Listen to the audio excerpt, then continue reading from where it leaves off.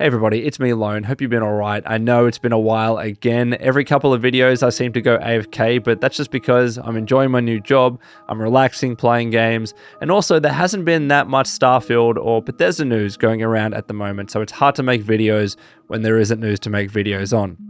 But finally today, there is something interesting to talk about, and that is the Starfield Community Patch. So this is a mod or a patch that is essentially starting for Starfield whenever this game comes out, but the preparations and the planning for this mod have started effectively this week. And I want to talk about that a little bit in today's video. If you do enjoy this video, please like it. I would really appreciate it. Subscribe if you're new, if you're interested in Starfield and Bethesda news in general. But let's get right into it. So it's very interesting. I'm going to pull up the page itself. It is linked in the description below. Let me just read it verbatim so we can get a little bit of a sense of it. And then I'll talk about it in a little bit more detail as we go through. So it starts off by saying the Starfield Community Patch SCP project is a collective effort by mod authors and the wider player community of Starfield to fix bugs, errors, and other inconsistencies present in the game. This includes tweaks, typos, and other changes that may have been missed or not yet released by the developers. The overall goal is to improve the vanilla experience for all players. So what this is think about the Fallout 4 unofficial community patch or the Skyrim unofficial community patch. All those unofficial community patches that we've had with BGS games in the past, this is essentially the equivalent. Now, I don't know whether it's the exact same team involved with this. I don't know if there's, a member here or there that's still involved with this project. What I believe is going on here is that this particular community patch or mod is being organized by Nexus mods themselves.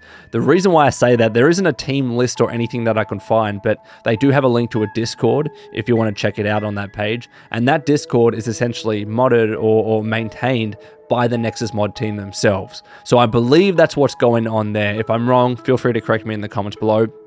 But I think they're the ones organizing it. So that's pretty cool. If we do see some of the old modders come back that help with Fallout 4 and Skyrim, etc., that'd be amazing. But as of yet, I can't see like a list of team members involved because essentially there's not meant to be a team. This is the entire purpose of this thing, but I'll explain that in a second. So in terms of the scope, fixes included in the patch are intended to correct bugs or errors in the base game, and examples include misplaced objects, script errors, inconsistencies in item properties, faulty missions/quests, game-breaking exploits, missing attributes such as tags, header flags, etc., and spelling errors. The patch is not intended to include any of the following: new content, balance changes outside of correcting obvious errors, and any tweaks that are not in keeping with the original vision for the game. So again, this is fairly consistent with what unofficial community patches are like. They're not meant to touch the vision of the game intended by Bethesda Game Studios.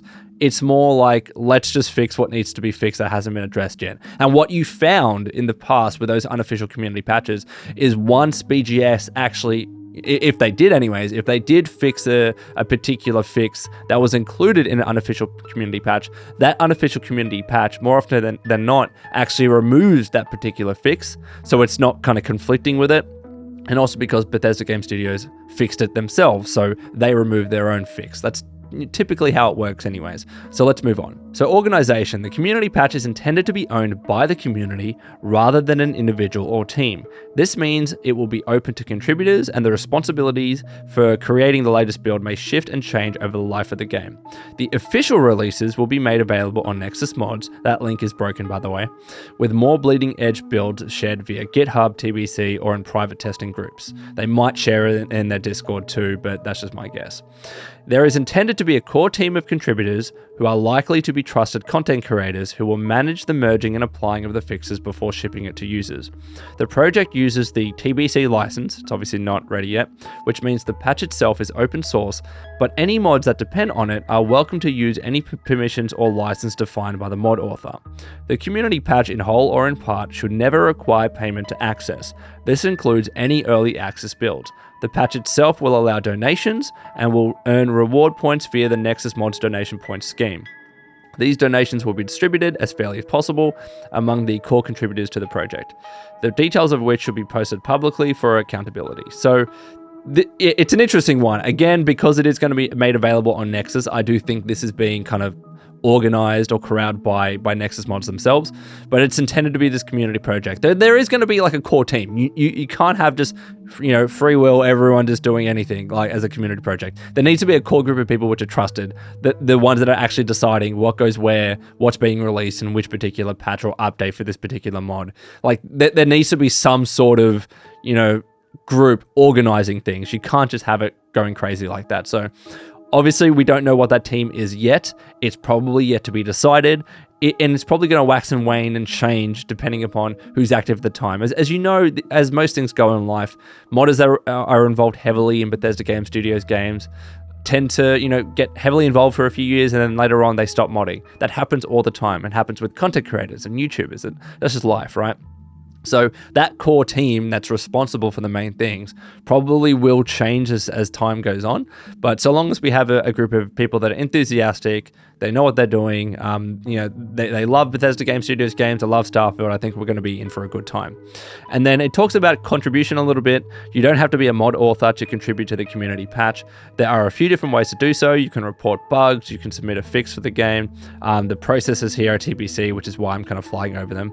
But please remember, any information or changes that you share for the community patch will be released freely for others to use. So this really is intended to be this kind of open source project to fix Starfield, and the main things that are going to be wrong with Starfield, not going to be wrong. I'm making it sound like there are going to be things inevitably wrong with this game. But with any game, there are bugs, there are going to be issues. So that's what this patch or this mod is intended to fix overall. So let's talk about this in a little bit more detail. Again, we've seen these things in the past with Bethesda Game Studios games. This is why, in particular, I really do love Bethesda Game Studios games, is the fact that they can be modded. The fact they can be modded, Bethesda provide us the tools, literally like, hey, there you go, do whatever you want to our games. This is why I love their games. This is why we love their games. It allows for this kind of stuff to happen very easily. Now, the big question that needs to be addressed is, what can this team do straight after launch when most likely BGS has not released the official tools to be modding Starfield, because they tend to not release those tools straight away.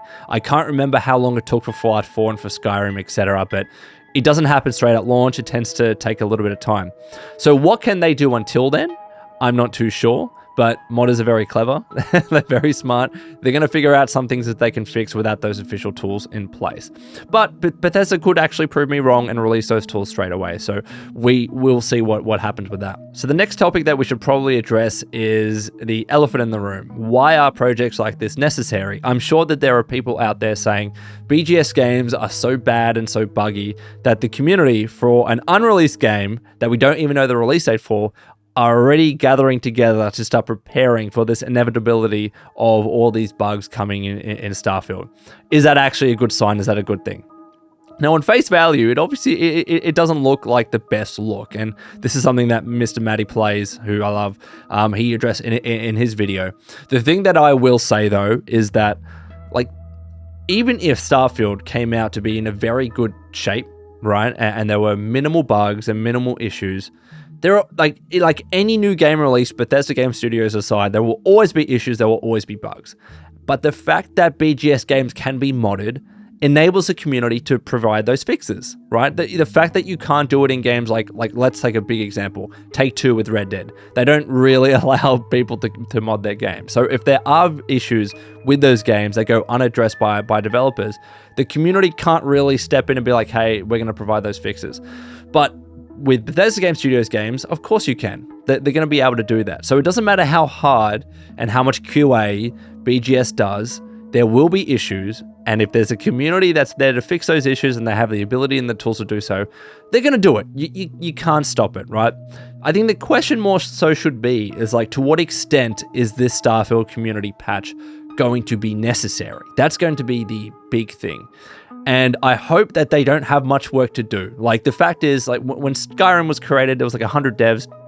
They've scaled up since then. And now they're at the stage where everyone at BGS is working on Starfield. They have 500 people, whatever the number is now, several different studios. They should be at the stage now where these kinds of community patches and mods aren't absolutely necessary. Like necessary to make this game function properly. I'm accepting of the fact that there are going to be bugs, and you should all accept that. Again, with any new game, and especially games as big as BGS games, it's going to happen. But you have to determine what your tolerance is yourself, right? Especially if you're on console, where mods like this probably aren't going to be available. Like, we have no idea what's going to be happening. Like, are mods going to be available for this game on Xbox like they are with Fallout 4? Who really knows? I'm assuming that this is mostly intended for PC initially, and then the mod situation on console is going to be sorted. So especially if you're on console, you're going to want this game to be as stable as possible, you know, and to give you a decent playthrough experience for your first playthrough.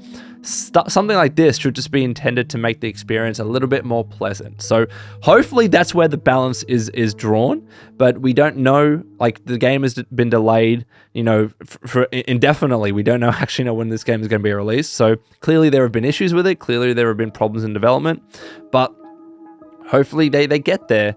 We find out the release date fairly soon, and again, this mod is only intended just to fix those minor things. But I can understand if some of you are like, you know what, this isn't a good look, the fact that people are already organizing this already. I can understand that argument, but for me, I've come to expect it with BGS games to an extent, though I don't want to cut them too much slack when it comes to Starfield.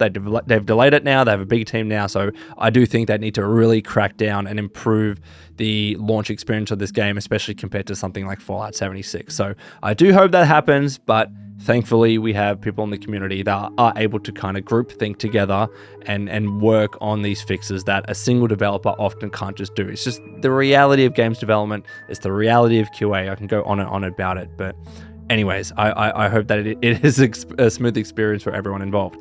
But yeah, I do think this is really cool to have. I think this is showing how ready the community is for Starfield. It's been so long since a fully moddable Bethesda Game Studios game. Like, Fallout 76 wasn't moddable. It was meant to be. Todd said it was meant to be.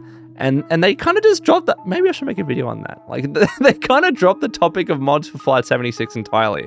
I don't know if that game's ever going to get mods. Yeah, maybe I'll make a video on it. I'll think about it. Let me know in the comments below if you want to make a video on it. But we haven't had a moddable game for BGS again since Fallout 4. So it's going to be nice to have this. It's going to be nice to have the community create mods for this thing again. If it is the Nexus Mods team responsible for creating this, thank you to them. I'm so keen to see what comes out of the modding scene for Starfield. Let me know what you think in the comments below, Wastelanders. But until next time, this has been Lone. Please take care of yourselves. But would you kindly keep fighting the good fight.